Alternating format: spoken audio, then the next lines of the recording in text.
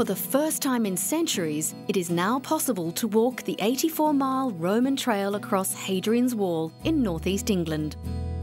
The £6 million project to boost tourism and the local economy now allows visitors to the historic site to walk coast to coast from Bowness-on-Solway to Newcastle.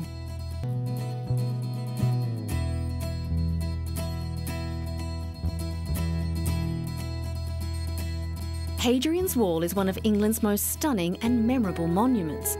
It was built in AD 122 to separate the Romans from the barbarians. The World Heritage Site takes in some of the most rugged moorland and runs through some of the most beautiful parts of England. Hadrian, or Hadrianus, was Emperor of Rome between 117 and 138 AD. His reign was most notable for the lack of military conflicts. Hadrian chose to avoid conflicts at the edges of the great Roman Empire and instead erected permanent fortifications along the borders. The most famous of these is in Britain. We've established the link across the country for the first time since AD 411.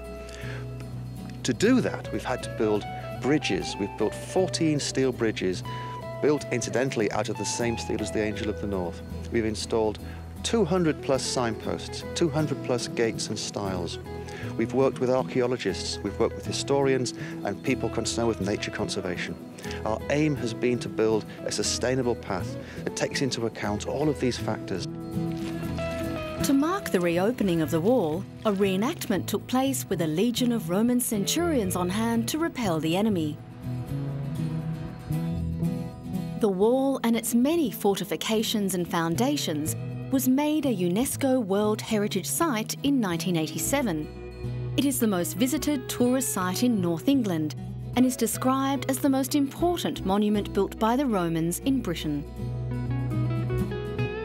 The £6 million investment to open up the trail includes new paths and bridges over rivers, which have been split up into 40 short walks.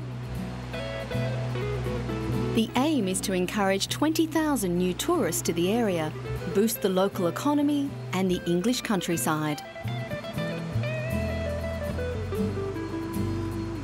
As people come and enjoy the assets of something like the Hadrian's Wall Trail, that contribute to the rural economies, the rural people, the rural communities on the way. So we can actually do both of the things that we set out to do, to improve the quality of life for people in the countryside and improve the quality of the countryside for everyone to enjoy it. Hadrian's Wall is 117 kilometres long. Its width and height was dependent on the construction materials available nearby. Made from squared stone, it was 3 metres wide and 5 to 6 metres tall.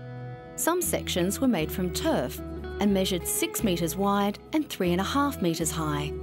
This does not include the wall's ditches and forts. Some parts of the central section of the wall survive to a height of 10 feet. The trail is already attracting an international following. I decided to walk the Hadrian's Wall National Park because I like the old Roman history that's part of England and nature that I hope will be forever here. And also I'm interested in the Industrial Revolution, which is part of England also. And of course the English pubs. Opening up Hadrian's Wall Trail is part of the ongoing efforts by Britain's Countryside Agency to allow people to enjoy the natural beauty of the UK and take in some of the glorious historic sites in the north of England.